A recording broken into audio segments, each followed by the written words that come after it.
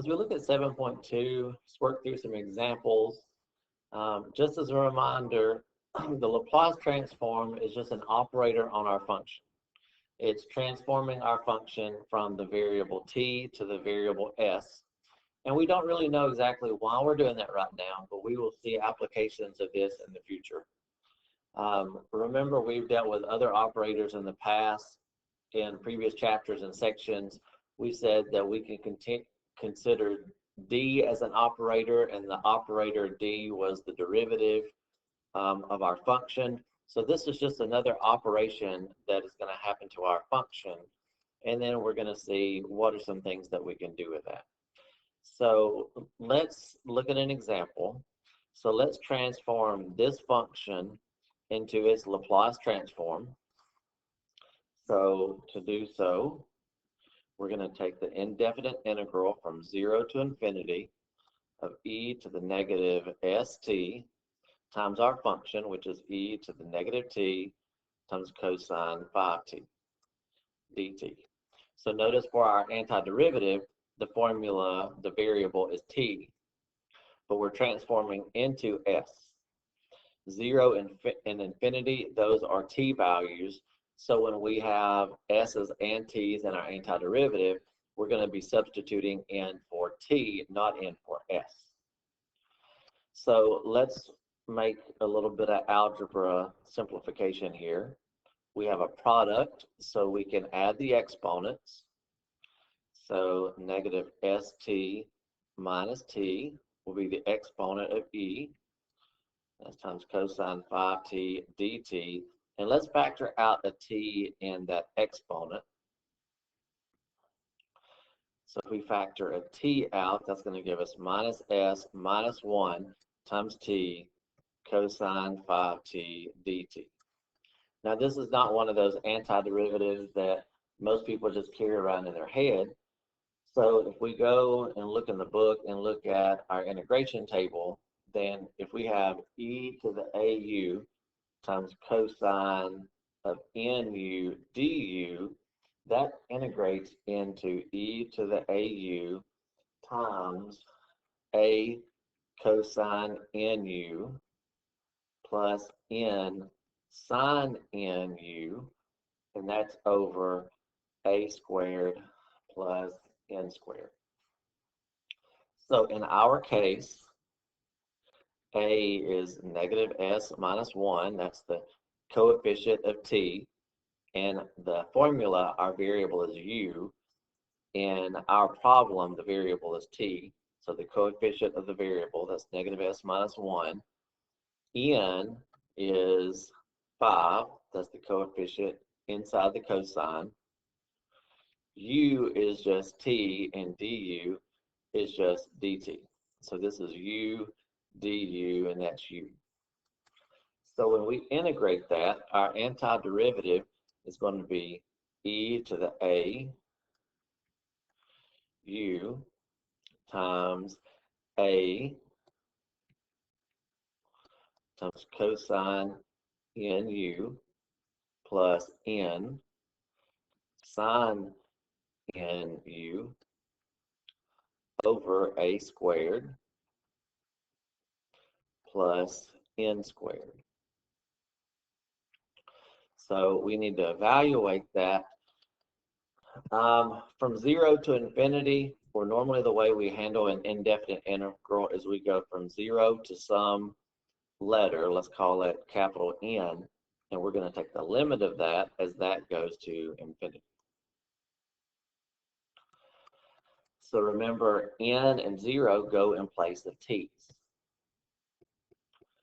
So we can come in, and everywhere we have a t, we can replace it with an n.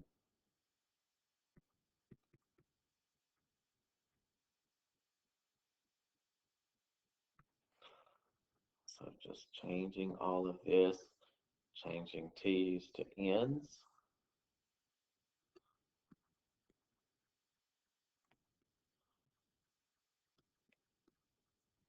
And then everywhere we have a t, we're going to put in a 0. Now, to save a little bit of time, I'm going to go ahead and evaluate it for 0. So if we put a 0 in, we're going to have e to the 0, which is 1. And then we're going to have minus s minus 1. If we put a 0 in here, cosine of 0 is 1. If we put a 0 in here, sine of 0 is 0. And then that's over minus s minus 1 squared plus 25. And then we need to take the limit of that as n goes to infinity.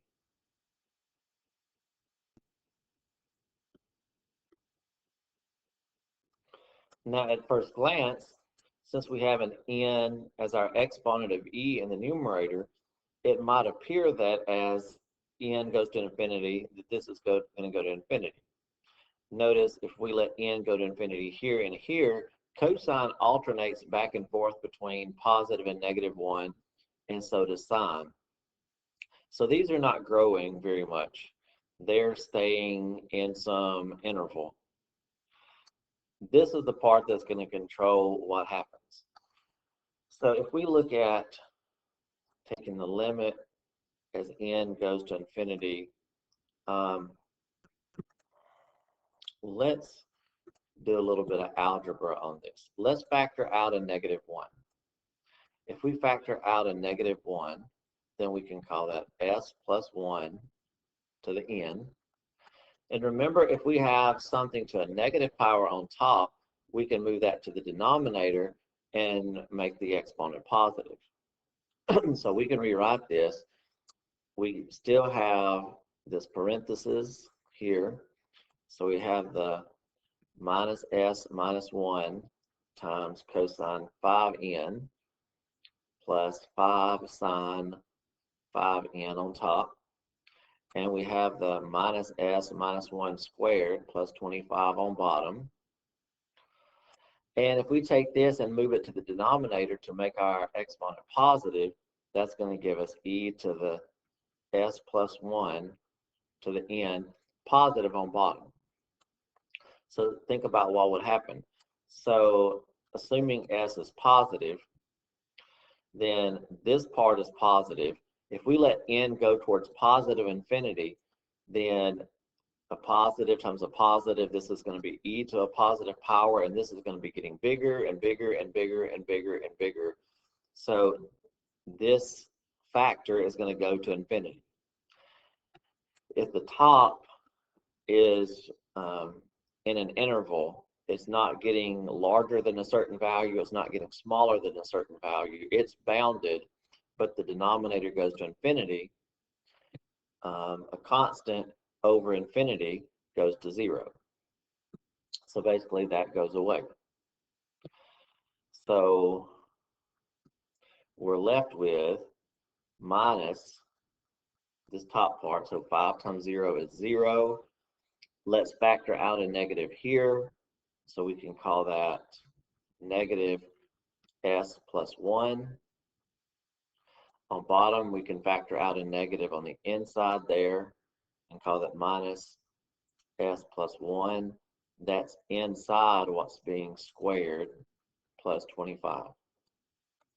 So this is taking the limit. That went away, and then we had the answer to that. So this minus and that minus cancel. So that leaves us with s plus 1 on top. On bottom, notice if we square a negative, that's just going to give us that s plus 1 squared, and 2 negatives make a positive, so we can get rid of the negative, and then plus 25. So that's our transformation of our particular function. Fortunately, when we get a little bit farther, we're going to find ways to go straight from the beginning to the end without having to do all the antiderivatives. We have a table of transformations, but to be prepared for the test, I may actually ask you to do a transformation using the actual formula. We can compare this to when we first started doing derivatives. We had a long, messy formula that gave us the derivative, but then we found out that there were patterns, so we started using those patterns to get the derivatives, so we could skip all the limits and stuff. So same thing here. We have a formula to get our transform, but eventually we're going to start using a table so that we can skip all the limit information. All right, so let's do another one. Let's take a look at this one, and notice this one is a piece function.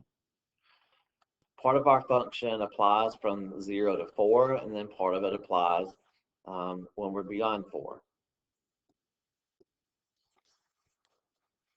So remember our transform. Our transform is when we transform it from t to s, we do the integral from 0 to infinity of e to the, remember what it was, minus st times our function in terms of t dt.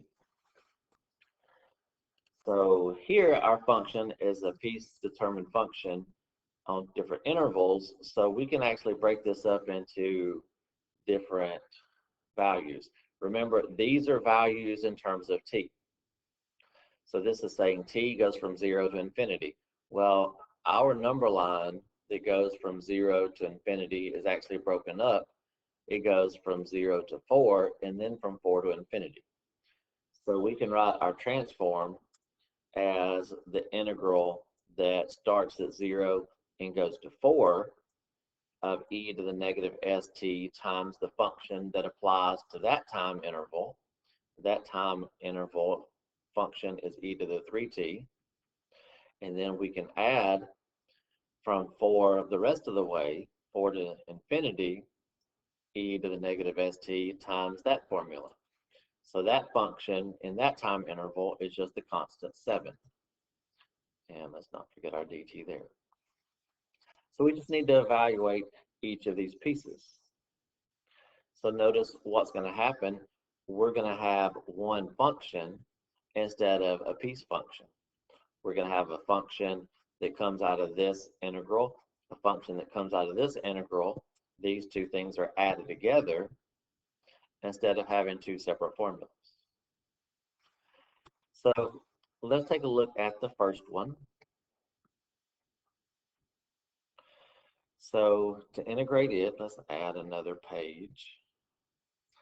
Let's do the integral that goes from 0 to 4, e to the negative st times e to the 3t. So let's combine our e's, multiplying those so we can add those exponents. So that'd be negative st plus 3t dt. Like we did on the other one, let's factor out a t. So if we factor a t out of that, that's going to give us minus s plus 3 times t dt, and we're going from 0 to 4. So to make this look like the integral of e to the u du, then u is going to be our exponent. U is negative s plus 3 times t, and then du is going to be the derivative of that. So t is our variable, so if we take the derivative of t, this part is a coefficient, negative s plus 3, that's just a coefficient.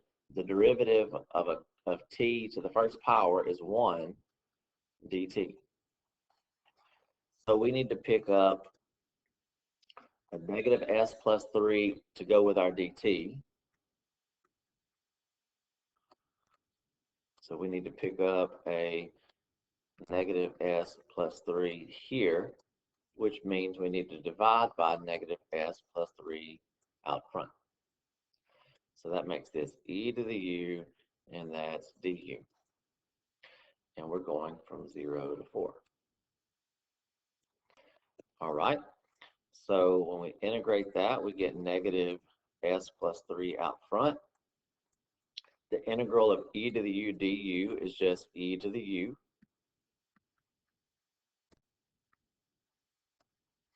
And then we evaluate that from 0 to 4. This piece out front, that's a coefficient. We can leave it alone out front.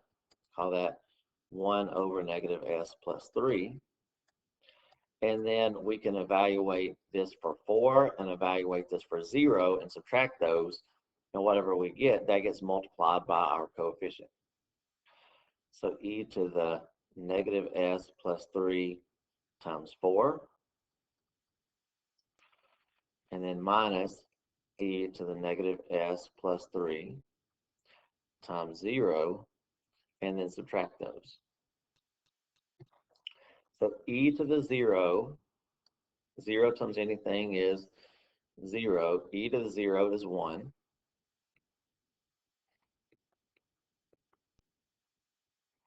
So we get a minus 1 here. And then we get e to the negative s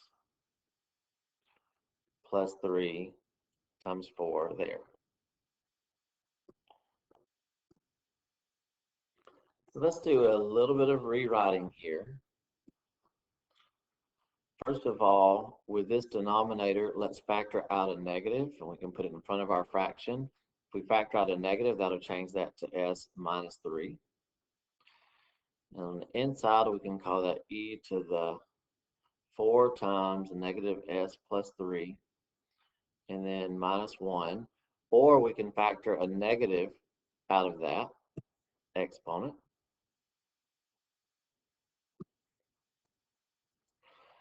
Call that s minus 3, and we can put a negative in front of there.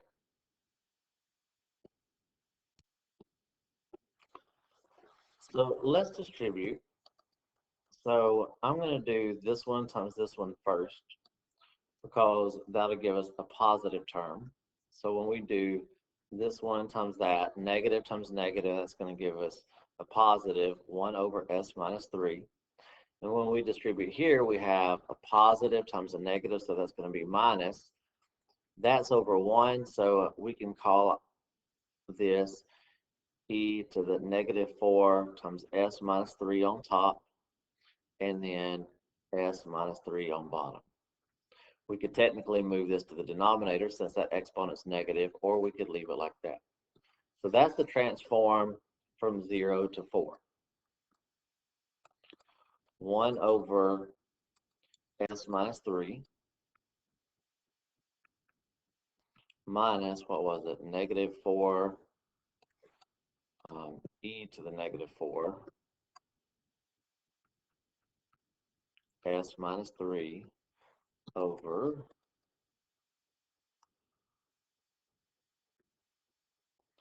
did I go the wrong way? E to the negative 4 s minus 3 over s minus 3. So that's the transform of the first part. Now let's do the transform of the second part. So that goes from 4 to infinity, e to the negative st times, what was it, 7. So 7, that's just a coefficient, so we can put the 7 in the front, and then we can just do this integral of e to the negative st from 4 to infinity. So notice our u is going to be negative st, which makes du negative s dt. So we need to pick up a negative s to go with a dt. So we need to divide by negative s out front. So that gives us a minus 7 over s. This is simply e to the u du, which integrates into e to the u. And we evaluate that from 4 to infinity, which means we take the limit as n goes to infinity of negative s over 7e to the negative st, where we're evaluating this from 4 to n. So we plug in n for t, we plug a 4 in for t, and then we let n go to infinity. So we get negative 7 over s e to the negative s times n minus negative 7 over s e to the negative s times 4. Remember, we're replacing t not s. So we're plugging an n in for t and a 4 in for t. And then we're going to take the limit of this as n goes to infinity. So observe this part. If n is positive, a positive times a negative is going to be negative. So we're going to have e to the negative power, which is equivalent to having e to a positive power on bottom. So if our denominator is going towards infinity, that's going to 0. So that's going to leave us with minus a negative, so plus 7 over s times e to the negative 4s. Or if we'd rather, we could move that down to the denominator, or we could call this 7e to the negative 4s over s. So that's our transform for the second part.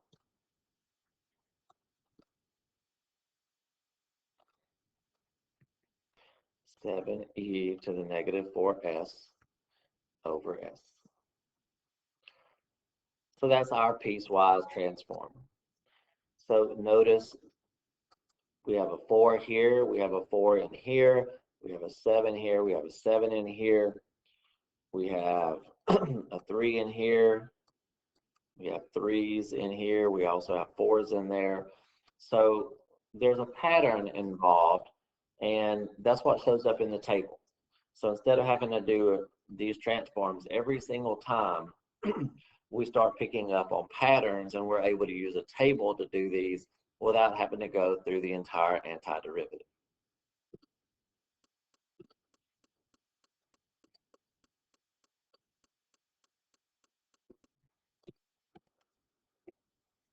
So this problem asks us to do the transform of this particular function, which has 3 different terms. So one thing that we find out about Laplace transformations is they maintain linearity, which means if we have separate terms, we can take the transform of each term. If we have coefficients that are constants, we can pull those constants out and transform the variable part. So we have 3 terms, so we're going to take the Laplace transform of e to the 2t sine 4t, and we're going to subtract the Laplace transform of t cubed, and then we're going to add the Laplace transform of e to the t. So if we have a formula that transforms each of these, then instead of having to do 3 separate antiderivatives and take the limit as the n goes to infinity, then we can just use our formulas for each of these. So what are our formulas? So if our function,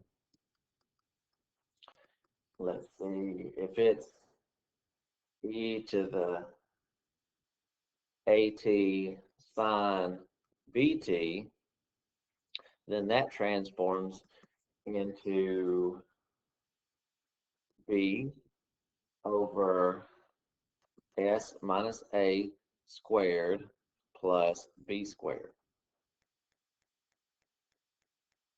If we have the transform of t to a power, let's see what that transforms into.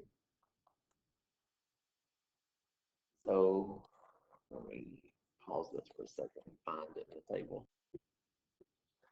Right, so if we have t to a power, then the transform of that is, and let me be careful, our specific power is 3. Let's just call that generically n for now. So that transform is going to be n factorial over s to the n plus 1. All right, and then if our function is e to the t, then the transform of that, and we'll do this more generically than just e to the t. Let's call it e to the at. So if we have e to the at, then our transform is 1 over s minus a. So we have a transform for each of these types of functions. Now, if it's a function that we do not have a transform in our table for, our table has about 38 different rules. and you don't have to memorize all of those. But if there were a function that were not in our table, then we would have to use the limit of the antiderivative to find the transform.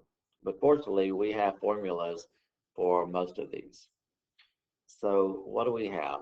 For the first term, our A is 2, our B is 4.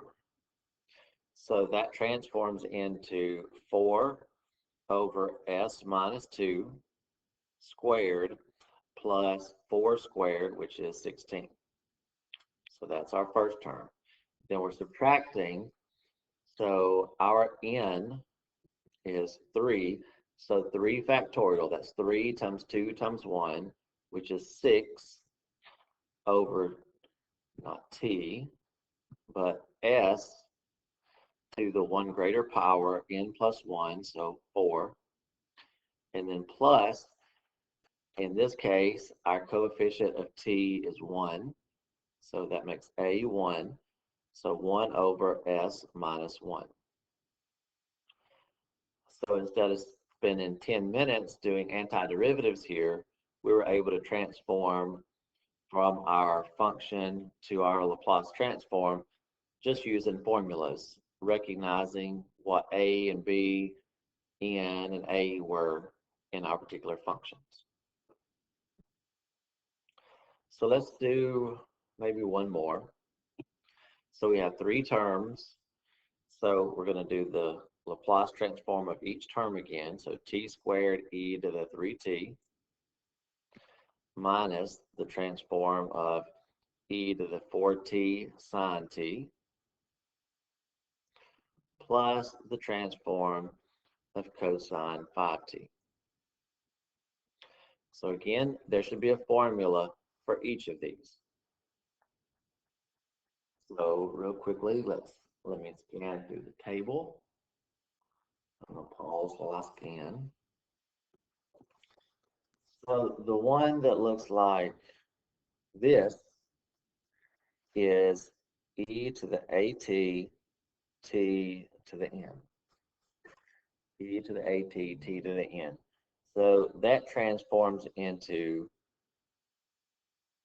n factorial over s minus a to the n plus 1. So that's what this transforms into. Here we have e to the power times sine. So e to a power times sine, this is e to the at sine bt. So that transforms into b over s minus a squared plus b squared. And then we have cosine by itself. So if we have cosine by itself, that's generically cosine bt, and that transforms into s over s squared plus b squared. So those are the formulas to transform each of these functions. So in our case, the first term, a is 3, n is 2. For the second term, a is 4, b is 1. And for the third case, b is 5. So the first term, we have 2 factorial, 2 times 1, over s minus a, so s minus 3, to the n plus 1, so 2 plus 1, third power. And then we're subtracting, so b, which in this term is 1, over s minus a, which is 4 squared, plus 1 squared, plus s over s squared plus 5 squared, which is 25. So that's our transform of that, of those 3 terms.